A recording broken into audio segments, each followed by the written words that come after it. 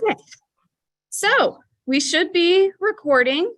So welcome everyone to our February 2023 meeting. I'm Erin Frigo. I'm the president of the Panhandle Archaeological Society. And tonight our speaker is Michael W. Krause. Did I say that correctly? Yep, perfect. Okay, good deal. And he will be talking to us tonight about settling in at the Crossbar Ranch. So as usual, before I give the floor to Michael, I just want to tell everyone again that this is being recorded. Also, please turn your mics off at this time to minimize any interference. And with that, I give the floor to you, Michael. Okay, well, as previously stated, my project was called Settling In at the Crossbar Ranch, and it was about Antelope Creek settlement patterns and distributions in the Texas Panhandle. To begin, I had a rather simple question, and that entailed, were the settlement locations of Antelope Creek peoples in the Texas Panhandle influenced by certain environmental preferences that were related to the characteristics of their specific occupations? This research was guided by an Antelope Creek phase settlement distribution model proposed by Dr. Christopher Lentz in his 1986 dissertation. His model relies heavily on the interpretations of site functions as a means through which site occupants exploited their local ecological settings. These site function interpretations were largely inferred from the architectural elements present at the sites, such as the size and number of associated structures, and which were then used to classify the sites into what I refer to as site types. The locations of these site types were then used to define environmental properties associated with each of the site types in order to assess plausible ecological preferences or tendencies among those site types.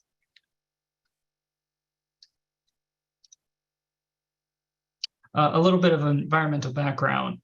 Broadly speaking, the Crossbar Ranch, which is the focus of this examination, is located within the Texas Panhandle, obviously, and is found within the southern subsection of the Great Plains.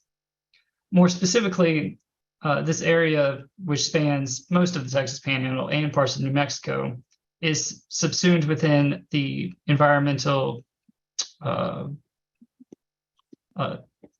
place, I guess, for lack of a better word, or designation, known as the Llano Estado, which is defined by a distinctive style of broken ground topography, and which is also characterized by flat plateaus interrupted by steep drainage canyons and interspersed with unpredictable playa lakes. However, the most localized region which the Crossbar Ranch can be associated with is known as the Canadian River Valley. While also exhibiting a large amount of broken ground topography, the landforms of the Canadian River Valley have been codified into a scheme referred to as the Canadian River Breaks. This system is utilized within Lentz's model as a method of distinguishing specific environmental settings. This system delineates between two ecologically contrasting settings, designated as the inner and outer valleys.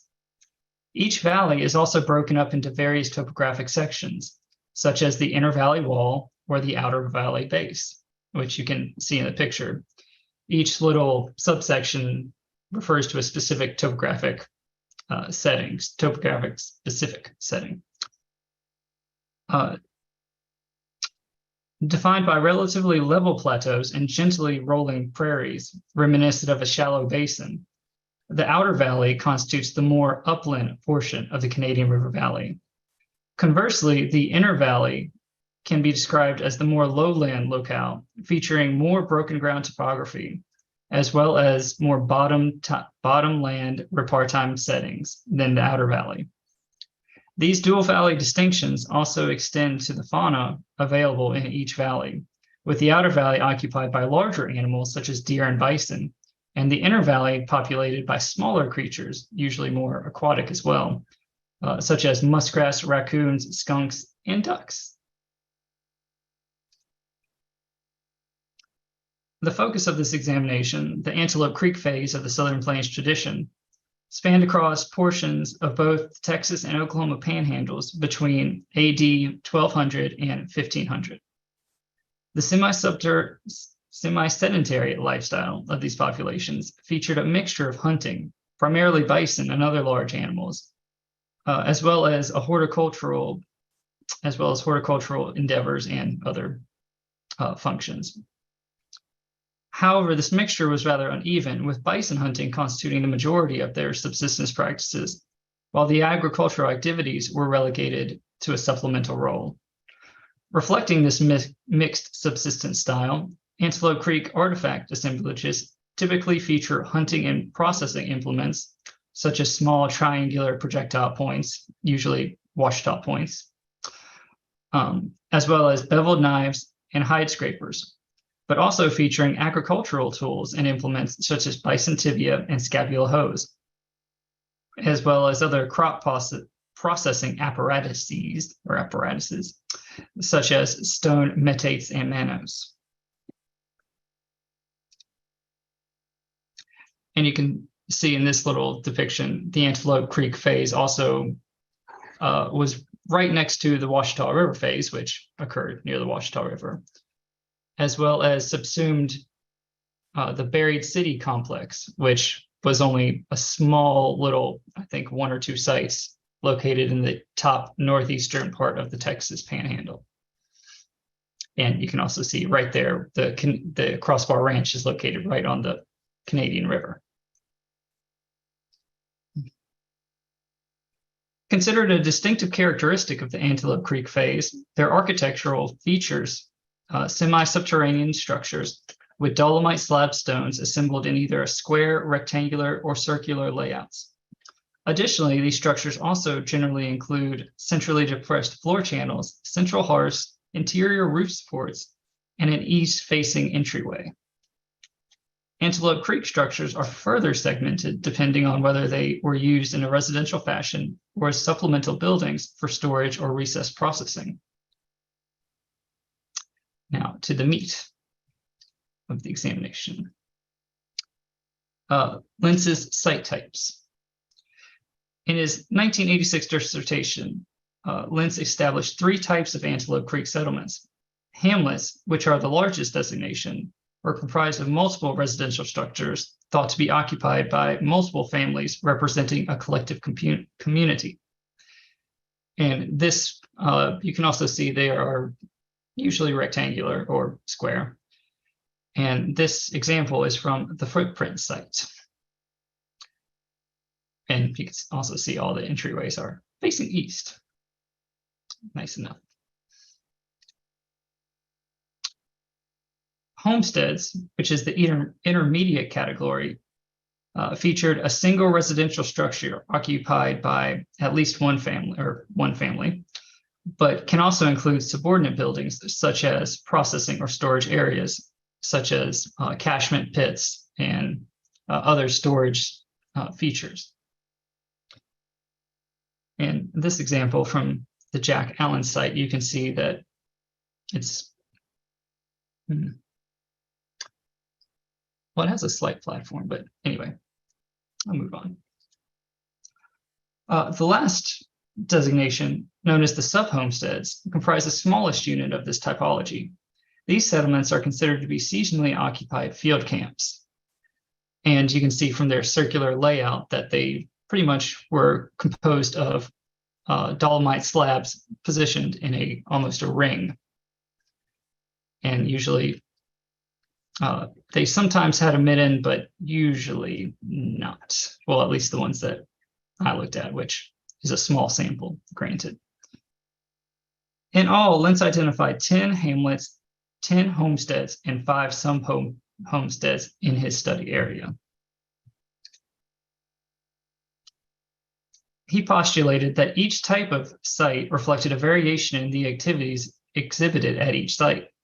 For example, sub-homesteads, as small intermittently occupied settlements, were thought to have served as procurement and processing centers for seasonally restricted resources unavailable to the hamlets and homesteads because of their specific locations. In contrast, hamlets and homesteads were considered the more residential centers, occupied continuously and supplemented by the resources gathered by the smaller seasonal sub-homesteads. The assumed occupational durations associated with these site types were derived from several facets exhibited by the settlements within each site type. For example, whereas hamlets and homesteads both feature robust square or rectangular structures, logically suggestive of a prolonged occupation, the less durable construction of the circular sub-homestead structures tend to imply a more temporary activity-focused outpost. Further underwriting these interpretations, the absence of pottery, storage pits, and trade goods, which were observed at hamlets and homesteads, but not as sub-homesteads, was also used as evidence against long-term occupations at the sub-homesteads. Lastly, Lentz also suggested that due to the differential resources available in the inverse ecological settings, the situations in which sub-homesteads were located in close proximity to homesteads could be possibly interpreted as a function of intersite cooperation.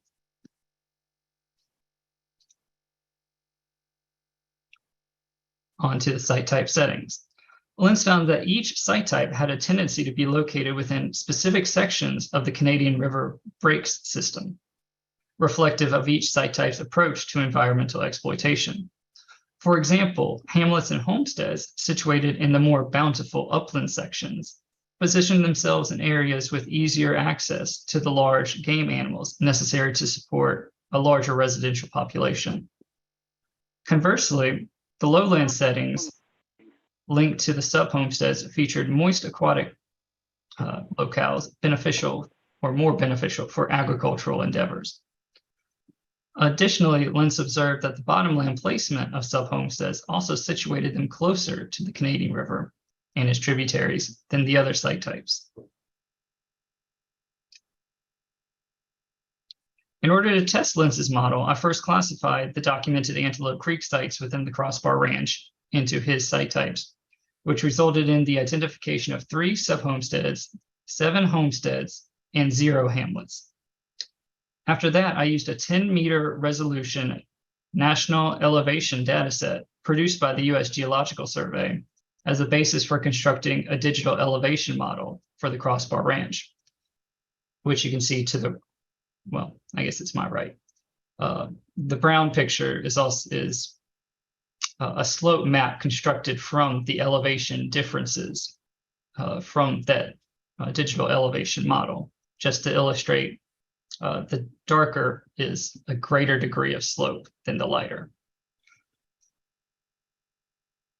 In addition to the 2D Crossbar Ranch digital elevation model, 3D modeling utilized LiDAR and triangular irregular network data, also known as TIN data, was employed to further illustrate the local terrain and to parse out the specific topographic sections of the Canadian River break system. Once the local terrain was sufficiently understood, I began to examine settlement distribution in terms of both site placement and the ecological properties associated with each site's setting. Specifically, the associated ecological properties investigated here included the surrounding soil productivity and diversity, the distance and accessibility of water, and the elevation above the Canadian River. While various geoprocessing tools were used to calculate the distance and access to water, as well as determine specific elevation interpretations, the rangeland productivity values were formulated through methods derived from Lentz's own dissertation. Possibly the most complicated part of this, which I'm not a complicated person, was determining the rangeland productivity values. In order to determine my personal rangeland productivity values, I first imported a soil composition shapefile containing the percentages of each soil component within their more broad designations from soilweb.com. Next, I followed Lentz's steps for calculating soil productivity, which involved multiplying the percentages of specific soil components, those specific components within the more broad designation, and multiplying the soil components by the rangeland productivity values, which I found listed in Pringle's 1980 soil survey of Potter County, Texas. which you can see this equation here at the bottom. It's a little difficult to explain, but you take the specific soil components and you multiply them together by how much, by the percentage that they occur within the designation, which 500 is the soil value multiplied by how much was actually in it, which it was 35%. So that'd be 0.35. And then that gives you the broad designation, rangeland productivity value, which were then added together with the other portions that were in the broad designation to determine the overall rangeland productivity value. And then, well, we've already discussed the example. And then in addition to the rangeland productivity value, I also collected national crop commodity or national commodity crop productivity index values offered through the NRCS.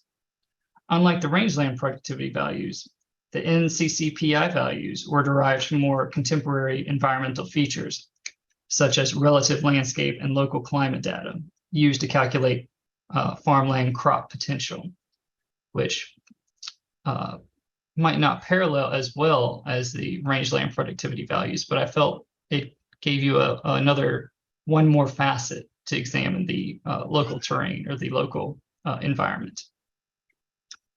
Finally, to parallel Lentz's site catchment diameter, all the soil designations within a 1 kilometer boundary of each site were added together to produce a site-specific soil productivity value, which these in this representation are combined, but I actually did one for each site just to make it specific. And this map is a bit homogenized just to show the type of boundaries that I used. After examination, Lentz's site type-based settlement model held up very well outside of his initial study area. Although to account for differences between the number of sites used, I only compared the averages between Lentz's work and my own. Similar to Lentz's study area, the sub-homesteads of the Crossbar Ranch were also located in the bottomlands of the Inner Valley, with the most elevated sub-homestead positioned along the Inner Valley wall, and the other two occupying the Inner Valley base and floodplains. And you can see on the left, the more colorful one is the LiDAR data interpretations, where I tried to illustrate the actual Canadian River break sections in a more visual way, so you could actually parse out where the individual sites were. However, while the placement of 4 Crossbar Ranch homesteads within the Inner Valley rims, base, and terraces followed Lentz's model, I found 3 other homesteads that were positioned along the Inner Valley wall and wall benches, which was not anticipated by his original model, but is not too far outside the realm of possibility. People are rather varied creatures, so it's not to be expected, or it's not to be unexpected, but it was noticeable. Besides the site type placement within the Canadian River breaks, Crossbar Ranch general elevation trends among the sites also mirrored Lentz's findings. In particular, sub-homesteads on average were indeed located at lower elevations in relation to the Canadian River than their homestead counterparts. Which I forgot I put this in here, but this is just a picture of the West Amarillo Creek, which you can see that even though it's a slight gradual dip, the actual change in elevation can be quite dramatic between the upper parts of the mesas and the lower section where the actual river is, or tributary is. I just felt that it's hard to get a sense of the actual environment unless you see a good picture of it.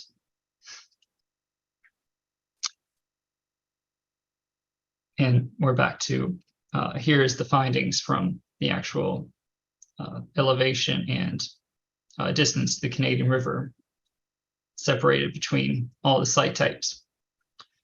Which another thing that I did to try to expand upon the model was that I started considering the temporary camps, which showed elements of Antelope Creek features, but were difficult to actually label them as Antelope Creek because they did not show any architectural features. They just had things similar to Antelope Creek artifacts and were in close proximity to the other Antelope Creek sites. So I felt that putting them in there would add an extra facet to the investigation. But they were not, these temporary camps were not considered in Lentz's original model. However, unlike Lentz's findings, the Crossbar Ranch sub-homesteads were not located on average closer to the Canadian River than the homesteads, although those sub-homesteads were located on average closer to the tributaries of the Canadian River than the aforementioned homestead sites. It should be noted that these subtle differences could be accounted for by the differences in terrain between the Crossbar Ranch and the Lake Meredith area, which was Lentz's original study area.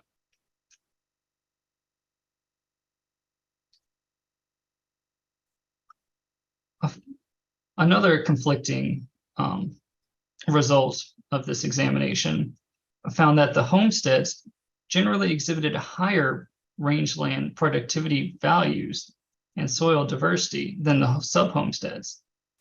And the homesteads in the Crossbar Ranch featured on average, well, I mixed it up. In Lentz's results, the homesteads had the higher productivity values where the sub-homesteads did not. And as you can see, in the Crossbar Ranch, on average, the sub-homesteads actually had the higher rangeland productivity values, which still pales in comparison to the temporary camps rangeland productivity values, which I had a few opinions on that I will get to a little bit later. Finally, there was one sub-homestead-homestead pairing that conformed to Lentz's conception of an intersite cooperation. Within this pairing, the homestead 41 PT 257 was situated within an upland prairie and atop a drainage canyon, while the sub-homestead 41 PT 283 was firmly entrenched within the lowland setting at the canyon bottom. In addition to their complementary locations, recent radiocarbon analysis conducted by Dr. Bozeman on several Crossbar Ranch Antelope Creek sites indicated that the radiocarbon dates for those two sites overlapped, suggestive of a contemporaneous occupation.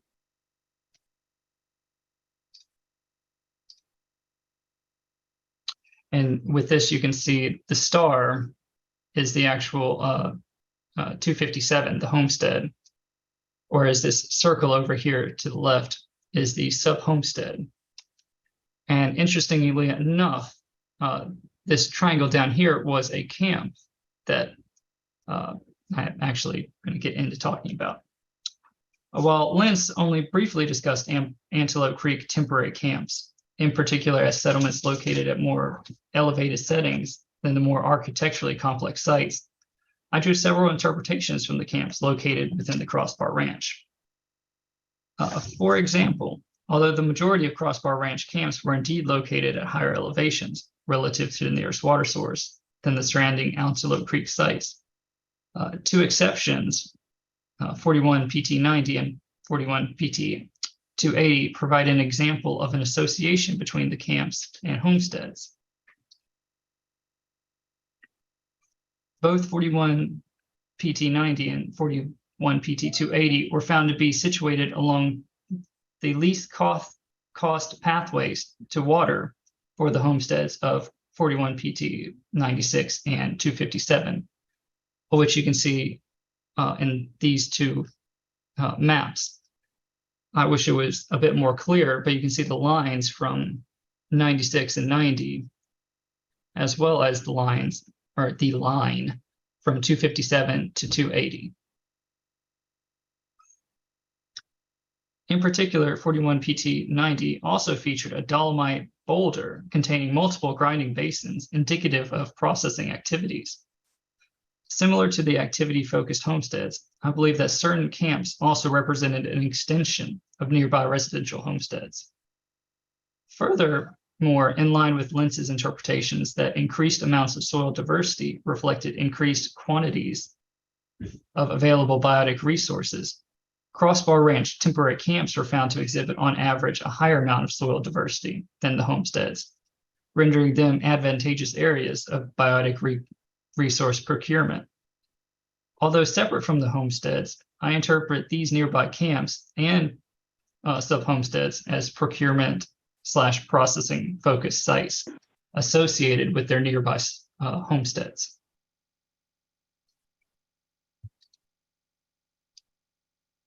And now, a thing I touched on earlier, but I feel bears repeating, is that there is a large difference between the two study areas.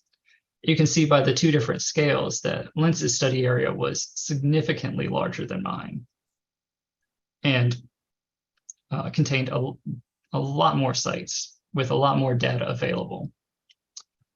But even though there is a large difference between the two, I still feel that my findings pretty much echoed exactly what he found when he did his initial examination.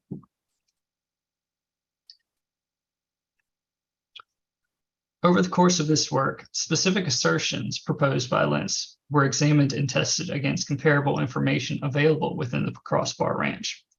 The following is a more concise but broad formulation of the results observed during this examination, which, before I dive into that, this is what you're looking at is a cost distance surface indicating the how easy it was to access water from certain places. On the left, the more, I think, visually nice map is more of a ramp to show how easy it would be from each place relative in a sloping relative fashion. Whereas the one on the right, the more blocky one, I classified the map into specific cost class settings so that I could classify each of the site types within a cost class, which is also how I determined how easily they were able to access water between the site types.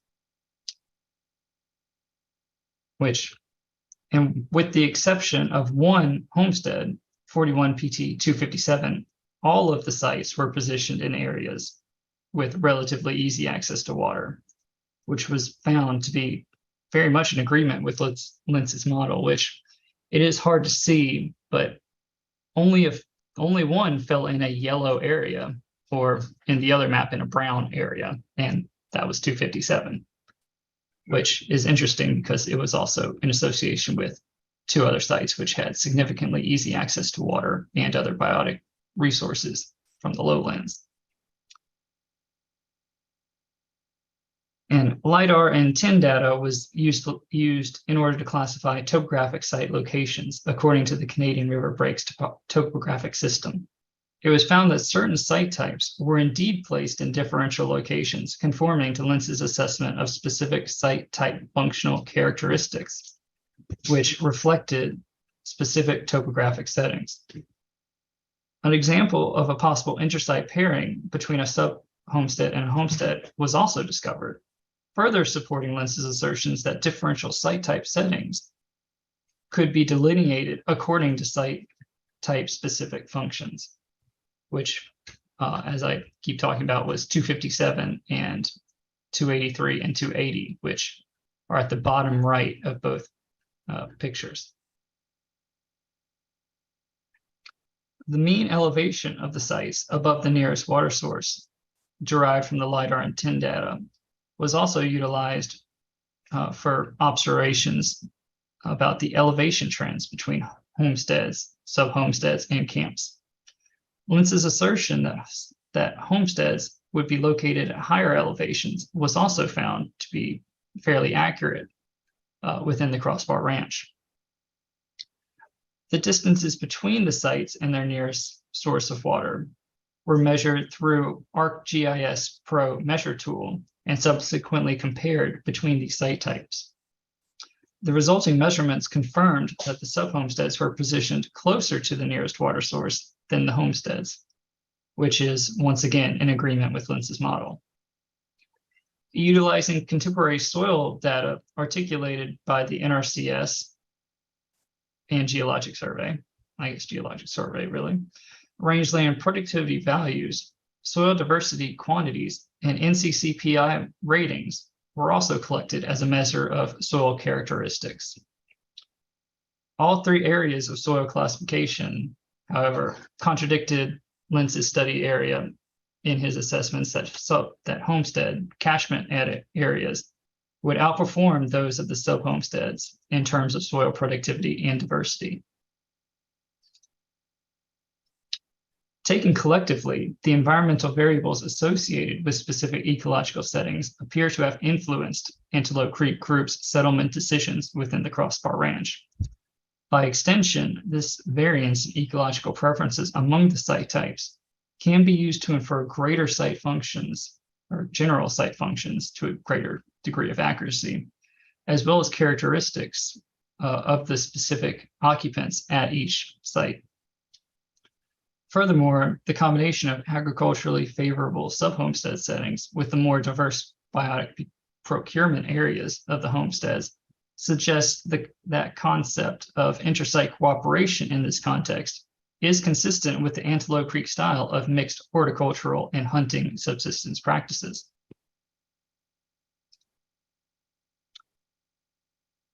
As a result of this examination, the environmental patterns associated with Lentz's site type model should be considered viable for areas outside of his initial study area.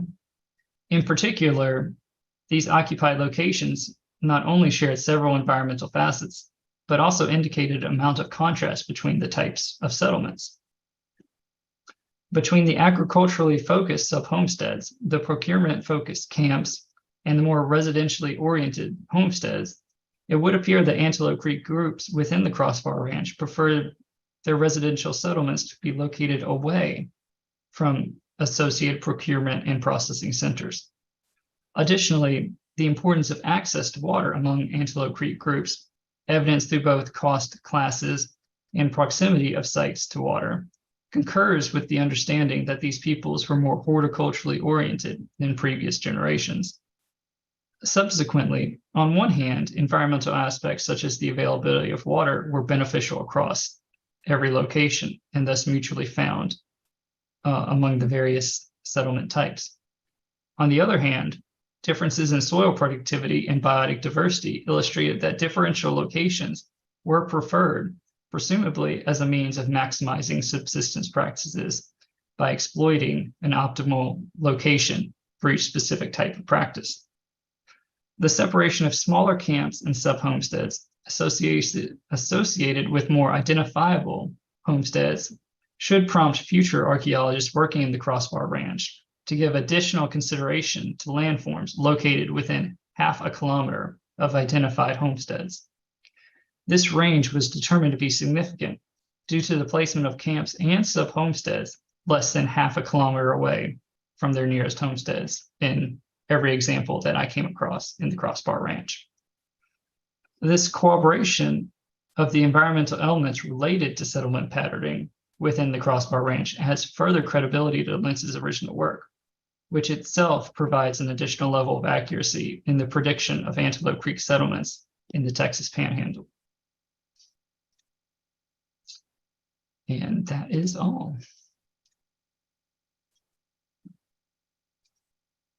Well, thank you all so much. I know that was a bit rambling at times, but it was a fun project. Well, thank you so much, Michael. Do we have any questions?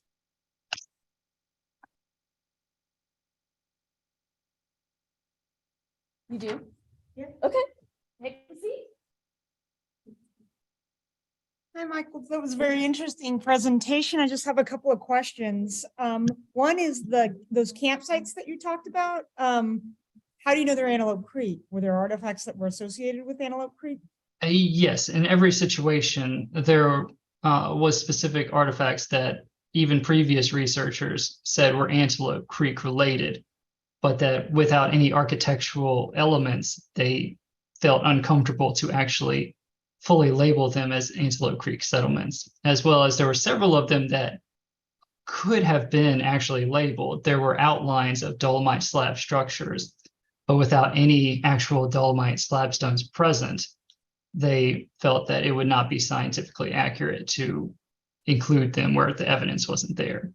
However, when you have Antelope Creek artifacts and the outlines of Antelope Creek structures, I felt that if it walks like a duck and quacks like a duck, then it's most likely a duck. But I also didn't have the evidence, so I put it as a supplemental site type that, temporary camp. It, wasn't original. It's not a full on-site type, but I felt that they should be considered as at least related in some way to these other more identifiable sites.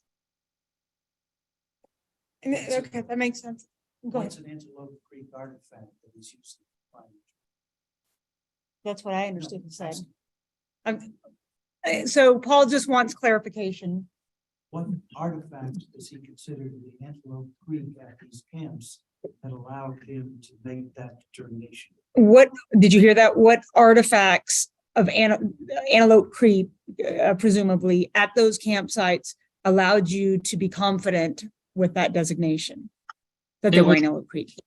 It was mostly the projectile point type, which was mostly the washed-out points or other small triangular side notched projectile points that if they're whole enough to actually be typified as diagnostic, then the previous surveyors felt that they were intact enough to actually be associated with a cultural component or as a cultural component of the Antelope Creek settlement or Antelope Creek phase.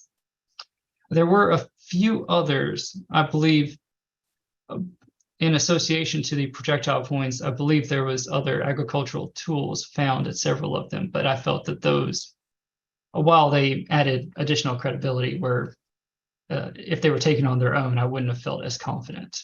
But when they're found in the same association with projectile points, I felt more confident in them. Okay, I have just one other short or small methodological question. So you generated a 10-meter DEM. Did you was it possible to use the LiDAR data to create a DEM with better resolution? Yes, I actually did both and compared them side by side.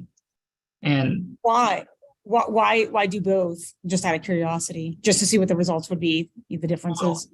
Yeah, well, I'm naturally curious, but also I trusted the U.S. Geological Survey's interpretation of elevation a bit more than my own, because with LiDAR data, you do have to kind of massage it a little bit here and there. You have to convert it to the actual 2D and then, use ground points. So I wanted to make sure that my interpretation of the LiDAR DEM was the same that they found, just to further cooperate it. But I think I actually ended up going with the LiDAR DEM to make myself feel better. But I like to credit the U.S. Geological Survey because it's probably better, actually. All right, great, thank you. Anybody else? Scott has a question. Yeah, okay. So it looks like in our comments, Scott has a question. After your analysis, do you think there could be other environmental or cultural factors that you did not look at that could have influenced the location of camps and homesteads? Oh, of course. I fully believe that. I feel that if I had more time, if it was an actual dissertation and not a thesis, then I would have tried to look at more specific paleoclimate weather models, as well as even airflow. As you saw from that picture, there's a dramatic difference in comfort level with how air moves through that environment, as well as with my current job now at Kansas State. I'm trying to do a predictive model of prehistoric sites, and one of the surprising variables that has been statistically significant that I was not expecting is they have measured the habitat quality for different animals in the region, and for some reason the habitats that are rated as excellent for these animals also tend to have a lot of prehistoric sites located within those zones. So there's other biological elements that just the data is not available because there hasn't really been that much work in the Crossbar Ranch since it is a private federal parcel of land. But yes, there's a multitude of things you could look at. I do remember having to pop in and out of private land through there. Do we have any other questions? I heard somebody trying to pipe up. Andy? Oh, come on. Oh, I can hear you now. Okay, Chris, okay, I guess Chris has a question. We can hear you, Chris. Oh, you can hear me, huh? Yes. Okay. Hey, Mike, I'm gratified that studies done 30 indicated by your analysis. I deeply appreciate that. The Crossbar Ranch actually is within my study area, although we didn't have any known sites at the time. It turns out that one of the sites of my dissertation occurs less than 1 mile west of the Crossbar Ranch on private lands. So it's within the realm of the 50-mile stretch of the valley I was looking at. The only real other comment I have is that some of the site types that you've identified are not precisely correct. And again, that comes down to data that was originally collected and kind of mixed up over the years. Regarding the 3 sites that are on the West Amarillo Creek, that one that's about 4 or 5 miles upstream, I think it's PT 257 is the village site it's the homestead site that's on top of the uplands. And then in the valley below it, you've identified a campsite, which is at the base of a National Guard road system put in there to get tanks to the bottomland. And then upstream a little bit is Mike Mudd's thesis that you call a sub-homestead. Mudd's thesis actually calls that an agricultural site. He rejects the notion that there was a house there, even though there's a copious amount of stone all over that location.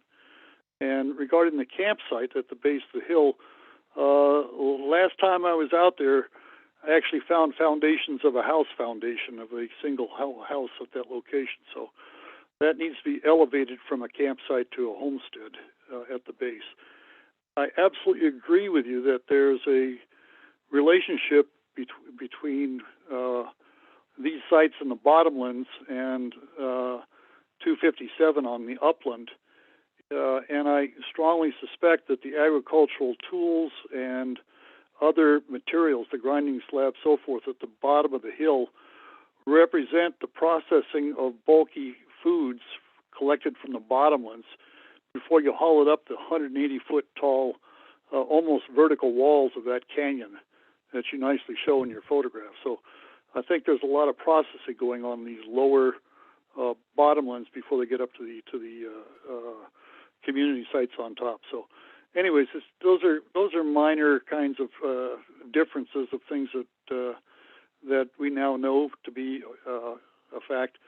And I should probably alert people that Britt Bausman, just today I finished reviewing for Plains Anthropologist an article that Britt Bausman has out that is going to radically change the settlement periods of Antelope Creek based on climatic data using the Palmer Drought Index curve. So hopefully with the next year or two, we've got some real exciting changes that are coming on out there that involves a lot of studies based on, again, on Crossbar Ranch stuff.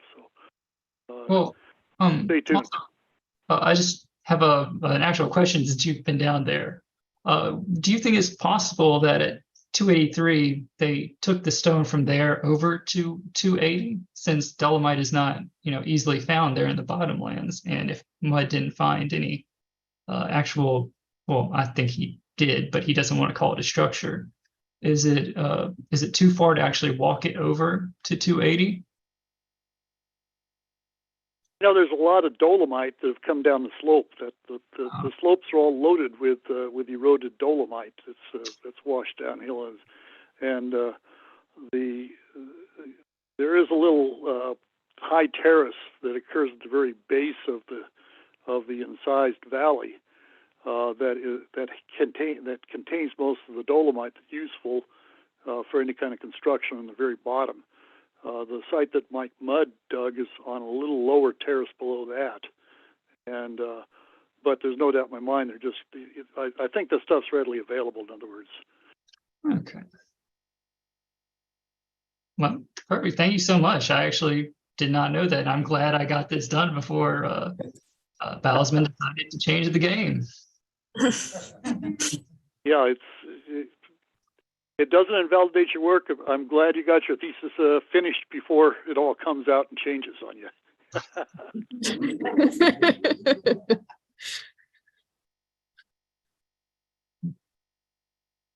All right. Well, thank you so much, Michael. It was great having you. And have you defended yet? Yes, it successfully Okay. passed somehow. Awesome. Good deal. I was going to wish you good luck, but if you've already defended, All right. Well, thank you so much. Well, thank you. Y'all have a wonderful evening.